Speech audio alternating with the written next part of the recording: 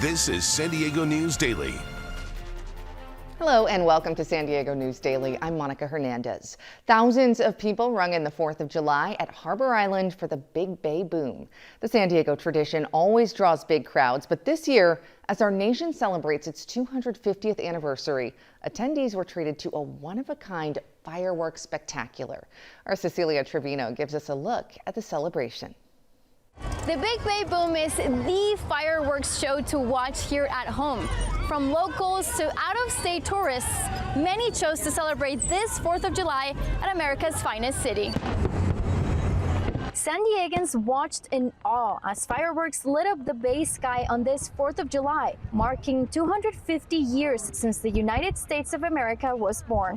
The Big Bay Boom at Harbor Island brought back some longtime watchers. Well, we used to have a boat here in Harbor Island from Arizona. And a few first-timers. This is our first time, and we were always watching from home.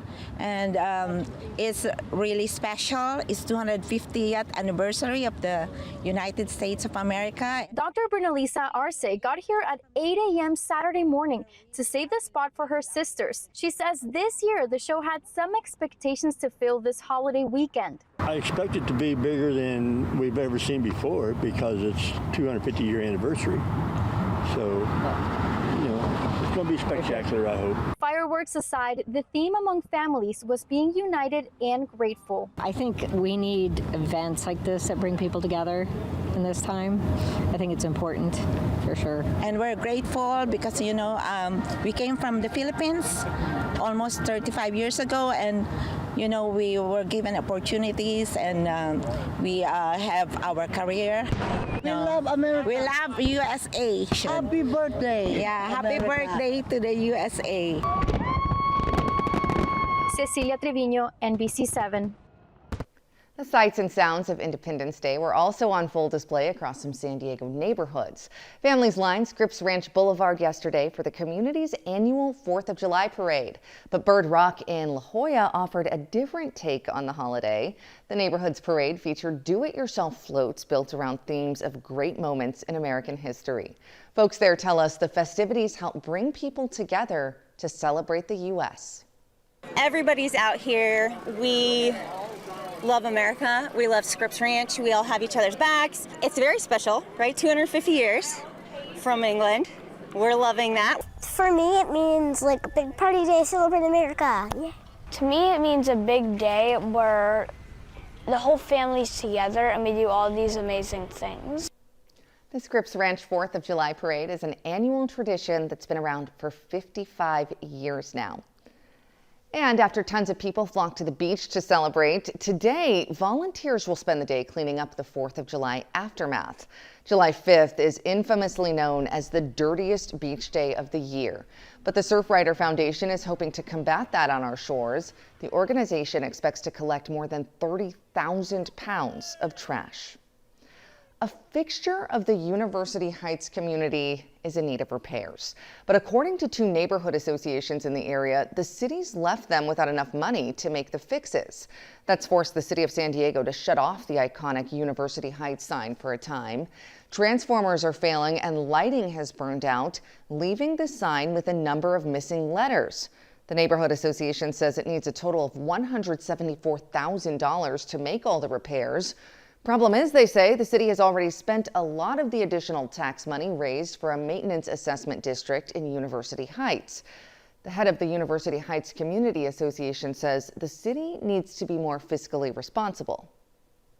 We're not seeing $30,000 a year worth of landscaping. We'd like to know what's happening there. Another interesting one was they installed twinkle lights in the trees for decoration, which were very, very dim. They're solar powered. No one ever saw them. And then the next month, the tree trimmers came in and chopped them right off.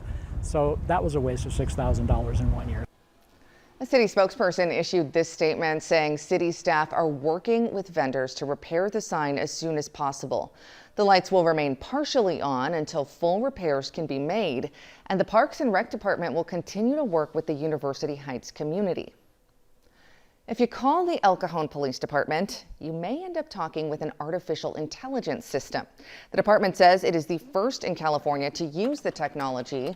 The police department says it gets about 180,000 calls a year, which are answered by just 17 dispatchers.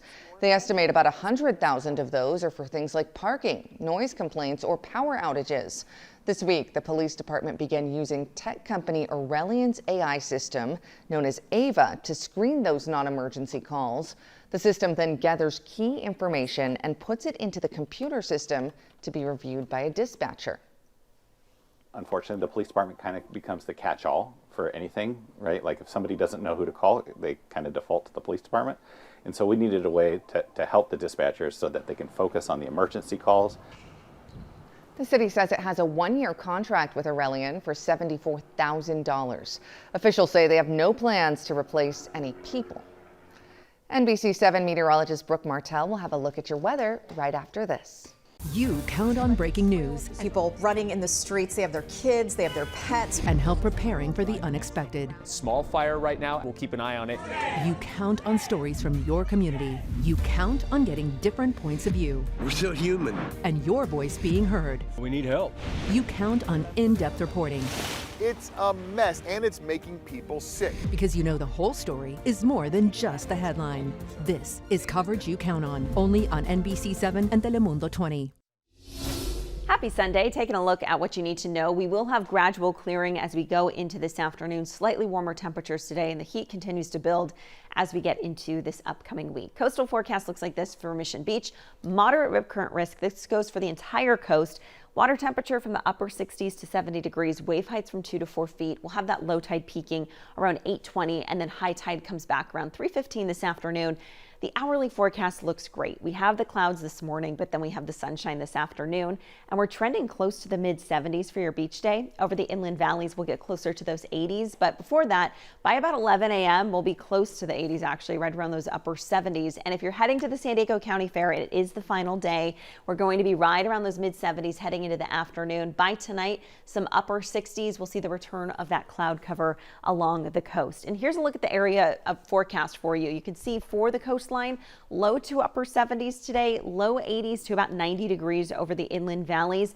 80s and 90s over the mountains, heating up there as well. Breezy at times, 107 over the desert region, and those temperatures are just going to build for this upcoming week. So this is what you can expect.